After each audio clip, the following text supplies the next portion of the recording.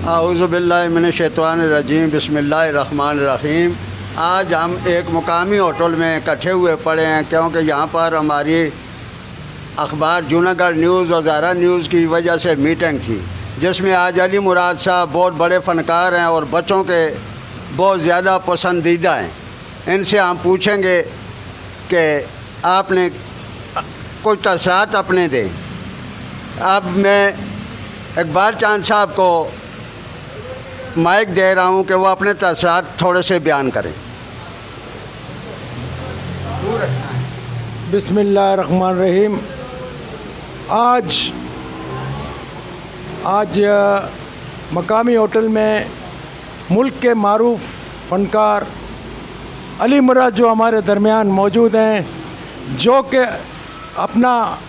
अपने अंदर एक जज्बा रखते हैं और अरसा 30 सालों से ये फ़न की वापसी से वहीद मुराद के अंदाज़ की अदाकारी करते हैं और फ़न से वापस हैं। 30 सालों से ये अपनी खिदमत वहीद मुराद के अंदाज़ की अदाकारी करते हैं, उनका कोई सानी नहीं है। इसके साथ साथ ये बच्चों के हर दिल अजीज़ अदाकार हैं। शादी ब्याह और दीगर तकरीबात में भी बेशुमार मकबूलियत हासिल की और आज भी इनके लाखों हज़ारों फ़ैन कराची में मौजूद हैं। फ़नकारी और अदाकारी के साथ साथ इन्हें नात रसूल मकबूल सल्लल्लाहु अलैहि वसल्लम पर भी अबूर हासिल है। दरगाह और दीगर इस्तेमात में अपनी आवाज़ का जादू जगाकर हुज़ूर पुरनूर सल्लल्लाहु अलैहि वसल्लम के हवाले से नातें पढ़ते हैं और अल्लाह ताला से मेरी दुआ है कि इस अजीम अदाकार को जिस मंजिल मकसूद चाहते हैं वो उसकी हयाती में इसे मिल जाए। अभी मैं अली मुराद साहब से पूछूंगा, वो अपने तसरात देंगे। मेरी तरफ़ से तमाम दोस्तों को अस्सलामु अलैकुम। और मैं शुक्रगुज़ार हूँ आज आप के चैनल वालों का, दोस्तों का, कि जिन्होंने मुझे इज़्ज़त बख्शी। मैं काफ़ी हद तक थक चुका था, बेवक्त खाना, बेवक्त सोना, फ़नकारी के लिए कभी किसी स्कूल जाना, फंक्शन जाना। बहरहाल अच्छा वक्त गुज़रा, इज़्ज़त मिली, शोहरत मिली और इस शोहरत के बदौलत में लोगों में पहचान हुई। अब यूँ समझें कि फ़न अदाकारी बचपन से करता आ रहा था। स्कूल के ज़माने में मुझे मौका ना मिला तो बाद में फिर मौका मिला और मैं स्कूल वालों का शुक्रगुज़ार हूँ। और शादी ब्याह के फंक्शन में इन लोगों का भी हर शादी के मौके पे मुझे बुलाते थे और मेरा मखसूस आइटम होता था। और इसके अलावा अदाकारी के अलावा गायकी में भी हिस्सा लिया और तमाम लोगों ने मेरी आवाज़ को सराहा और नात गोई में भी मेरी आवाज़ और मुझे रूहानी सुकून मिलता था। यूँ कहें कि वहीद मुराद को अपना रूहानी उस्ताद तस्लीम करता हूँ और इनकी बदौलत में मुझे जो बकौल आवाम के जो शोहरत मिली वहीद मुराद की वजह से मिली। और मैं आज जो कुछ भी हूँ फ़न अदाकारी की वजह से मेरी पहचान हुई। मैंने रुपया पैसा तो ना कमाया मगर बकौल आवाम के, स्कूल के बच्चों से, ख़वातीन से जो शोहरत कमाई वो किसी के हिस्से में आती है। यूँ कहें कि मैं छोटा होता था और फिल्में देखा करता था और मेरी दिली ख्वाहिश होती थी कि मैं बड़ा कब हूँ, कब मैं फ़नकार बनूँ। टीवी ड्रामों में काम किया मगर कहने का मकसद कि ड्रामा फ़िलाप होता है, एक्टर फ़िलाप नहीं होता। ड्रामा फ़िलाप हो गया या न चला, रेडियो पे आया, मुन्नी बाजी का इंतकाल हो गया, टीवी में और रेडियो पे खबरें वगैरह दी और फिर अखबारों में, मैगज़ीनों में तहरीरें लिखी। मानामा मंजिल, मानामा गोगो, मानामा मंजिल चीफ एडिटर सईदी साहब थे जो हर कदम पे साथ थे, कसौटी प्रोग्राम्स करते थे और इकबाल चांद छोटे मोटे प्रोग्राम करते थे, कैसर होटल। वह कहने मकसद कि इनके हर प्रोग्राम में मुझे मदू करते थे, इज़्ज़त देते थे। और जो कुछ इज़्ज़त मिली बकौल आवाम लियारी से फिर कराची मेहनत की और मेहनत को अज़मत समझा, और कभी मेहनत किसी की रायगा नहीं जाती। ये बात का आप नोट, कामयाबी को कभी जहन में जगह न दो, नाकामी को कभी आप तस्लीम न करो। बहरहाल एक अच्छा वक्त गुज़रा, एक अच्छा, अब वो फ़नकारी के हवाले से ना कहीं प्रोग्राम होते हैं, ना शादी ब्याह के, ना थिएटरों के, इक्का दुक्का कहीं ना कहीं होता है, बड़े बड़े शो किए हैं, मगर उस शो में मुख्तसर एंट्री होती थी बड़े बड़े फ़नकारों के दरमियान में। हालांकि लाहौर के जितने आर्टिस्ट थे तमाम मुझे जानते हैं। मुस्तफ़ा कुरैशी टॉक शो हुआ कि लड़की पढ़ लिख कर हीरोइन नहीं बनती या मलका तरम नहीं बनती। कहने का मकसद कि हमारे यहाँ आर्टिस्टों की अवाम में कदर है, अवाम में शोहरत है, मगर टैलेंट की कदर नहीं। बखुदा आज इतने चैनल हैं, टैलेंट को उजागर करें और नए नए आर्टिस्ट को ले आएँ। और मैं इनका शुक्रगुज़ार हूँगा कि जो जियो वालों ने मौका दिया, मुख्तसर प्रोग्रामों में, कराची टीवी में मुख्तसर प्रोग्राम में हिस्सा लेता रहा। परख प्रोग्राम, नीलामगर और दीगर जितने शो हुए। अब आए दिन आपके सामने लोड शेडिंग, हालात ख़राब, गुर्बत का इजाफ़ा।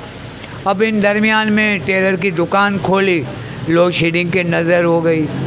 अब कहते हैं ये फ़न किसी की मेरास नहीं, एक बच्ची पाली, उसे अदाकारी का शौक़ लग गया। तो हमारे यहाँ अमूमन एतराज़ करते थे फ़नकारी पर, और वो अमूमन कहती थी कि मैं बड़ी होकर एक्ट्रेस बनूंगी, पढ़ लिख कर टीचर बनूंगी। एक अच्छी बात है, कि बुरी बात नहीं है। वो मलका तरन्नुम या दिलीप कुमार, ये भी बड़ी मेहनत से बने हैं। मलका तरन्नुम, नूरजान, दिलीप कुमार। कहते हैं 1000 साल नरगिस अपनी बेनूरी पे रोती रही, बड़ी मुश्किल से पैदा होता है चमन में दीदावर। कहने का मकसद कि मेहनत अज़मत है, किसी भी शोबे में हो। मैंने कलमकारी की, सच की आवाज़ लिखी। अब वो वक्त नहीं रहा, फिर भी मैं कर रहा हूँ। अब वो बुरी बात नहीं है कि लोग फ़नकारी को करते हैं, शेर व शायरी की। ज़्यादातर किरदारों में, अमल में मुख्तसर आगाज़ में लिखा, गोगो में लिखा, मानामा मंजिल में लिखा, हज़ारा न्यूज़ में छाया रहा। उनका हीरो था जूनागढ़ न्यूज़, जूनागढ़ पे आवाज़ उठाई, कश्मीर डे पे, मगर लोगों के साथ साथ रहा। और आप देख रहे हैं पुरआशिफ दौर में फिर भी मैं मेहनत कर रहा हूँ और करता रहूँगा इंशाअल्लाह। और लोग कहते हैं कि तुमने जो कुछ किया बड़ा अच्छा किया, अच्छा कर रहे हो।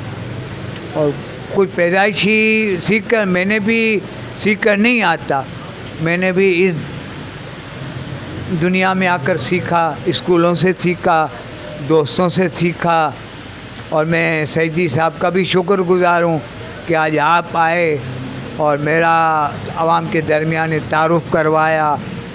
और मैं इनसे भी कहता हूँ कि मानामा मंजिल जारी करें और अज़्म पाकिस्तान जारी करें, और उन बच्चों को टैलेंट को उजागर करें जिन बच्चों को शौक़ है।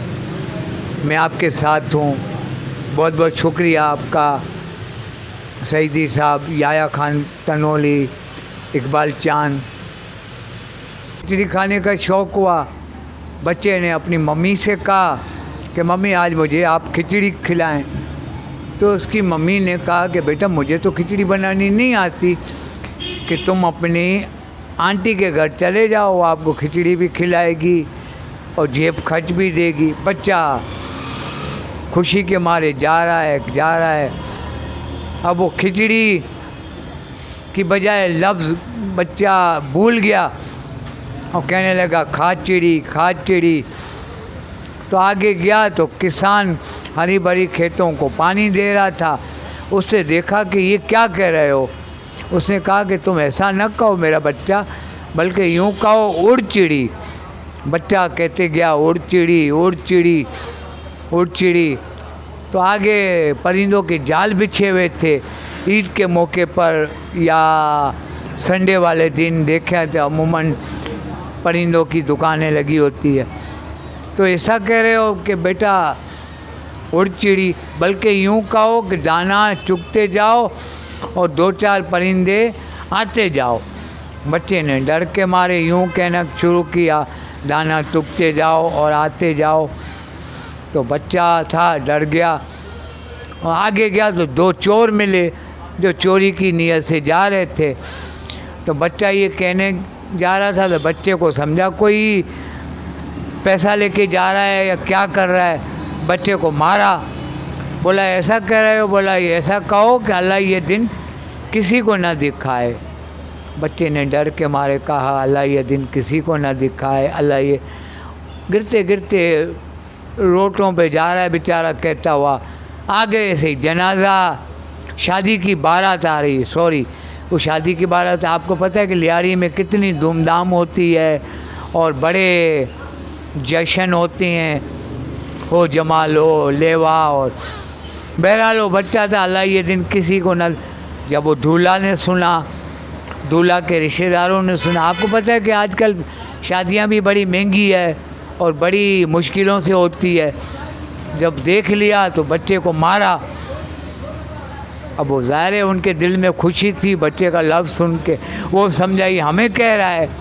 बच्चे ने मार मार के खिचड़ी बन गया। आगे गया, बोला ऐसा कहो ये अल्लाह ये दिन सबको दिखाए। बच्चा कहता जा रहा था अल्लाह ये दिन सबको दिखाए, अल्लाह। सामने से जनाजा आ रहा था। अल्लाह न करे किसी के अजीज़ फौत हो जाता है तो बड़ा दुख होता है और रंज होता है ना।